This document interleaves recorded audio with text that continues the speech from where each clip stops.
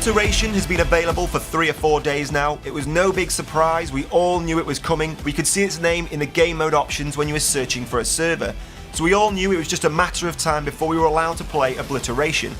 Now a lot of people had been hoping maybe we get a chance to play a second map during the beta as we did with the Battlefield 3 beta. Of course we got Operation Metro, and then eventually on PC we also got Caspian Border. But obviously with only 3 or 4 days left, I'll be very surprised now if we got a second map.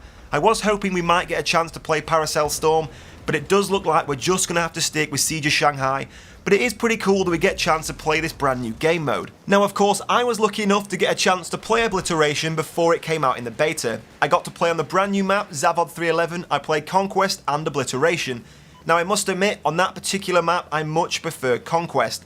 Maybe it's because I was playing on a brand new console, a brand new map, on a brand new game with a brand new game mode. So that's a lot of brand new experiences all in one go. It was pretty intense, so I didn't find it that enjoyable at the time. But I must admit, now I'm playing on PC, on Siege of Shanghai, a map I know very well, on a system I usually play on, I am much preferring the game mode. Now of course, on PC, this game mode is available all the way up to 64 players, but when it first came out, practically every server was just playing 32-man Obliteration. In fact, I actually thought 32-man was the only amount you could play this game mode with, but since then I have found one server playing 64-man Obliteration.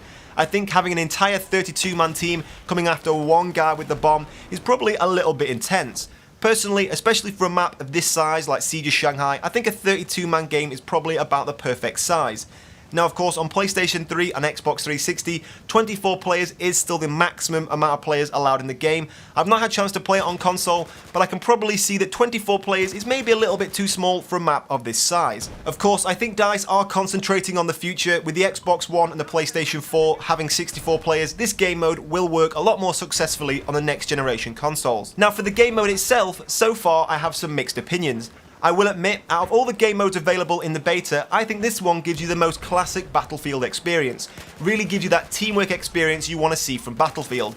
When your team is playing the objective, working together, you've got the bomb and you're pushing through the enemy lines with your vehicles, your infantry, your helicopters, and taking those enemy objectives, I think it does give you that real classic Battlefield experience. I've had some matches like the clips at the start of this video where I've picked up the bomb, I've had teammates repairing my vehicle, trying to keep me safe, or if I'm on foot, they've tried to pick me up in a helicopter or a tank and get me safely to the objective.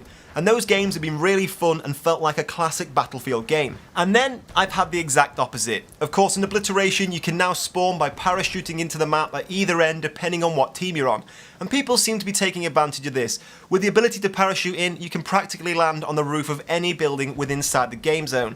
So a lot of the games I have joined have just turned into a sniper fest with a lot of recon players just taking pot shots at each other from across the map, and no one's really bothering with the objective. Now recently DICE have tried to combat this. They've put a time limit on the game to only 20 minutes. So if you've got two teams both full of recon players doing nothing but sniping each other, the game will end after 20 minutes and it will be a draw. Now this game mode functions very similar to Capture the Flag. Of course there's one objective, one flag, or in this case a bomb, but instead of taking it back to your own base, on this game mode you have to take it to the enemy base and destroy one of their 3 objectives. Once you've destroyed all 3, you've won the game. Now after playing some pretty successful games of Obliteration, I've put together a list of do's and don'ts when you're playing this game mode. Now I'm going to start with the don'ts because it's very short. In fact, there's only one very important don't, and I do see a lot of players doing this. Don't take the bomb back into your own objective. I see so many players collect the bomb and then think it's a better idea to run back towards their own base, away from the enemy, and try and protect it. This is one of the worst things you can do. Taking the bomb towards your objective is only helping out the enemy team. Once they've overpowered you and taken that bomb, all they have to do is go a few feet or a few meters and they're planting the bomb. The best thing to do, even if it means dying, is trying to get that bomb as far away from your own objective as possible. Now my first do is take advantage of the map and its features. Once you've got the bomb, one of the fastest ways to get to the enemy objective is by taking advantage of the tower in the middle of the map. If you take the elevator right to the top, you can from there parachute onto practically any objective in the map. You can get there unchecked and unchallenged very, very quickly. Now my second do is take advantage of the electronic bollards. They may seem like a very small feature, but raising those up on either end of the bridge can make a massive difference. For example, at the start of this video, you see myself collect the bomb, get in the armoured vehicle, and then go pretty much unchecked all the way straight to the enemy objective. If they'd raised their bollards up, I'd have had to get out of the vehicle to lower the bollards, making myself an easy target. So if you have enemies trying to push through in armoured vehicles and break through your lines, raising those bollards up will slow them down, making them very easily attackable with RPGs, mines and C4. And my final is do keep an eye out for your teammates. If you're in a helicopter, a tank or an armoured vehicle and you see a teammate pick up the bomb, try and get across to him as quickly as possible. An infantryman with the bomb left exposed by himself is not going to survive very long. If all your teammates can put this advice into action, you can massively improve your game. Now so far overall I am enjoying Obliteration. I'm very interested to see how it runs on other maps. As I said, I've already played it on Zabod 311 and I don't particularly think it works that well on that map. My first experiences on the game mode weren't the best, but since then playing it on this map, it has kind of renewed my interest in this game mode. It does work a lot better on Siege of Shanghai than it does on Zabod 311.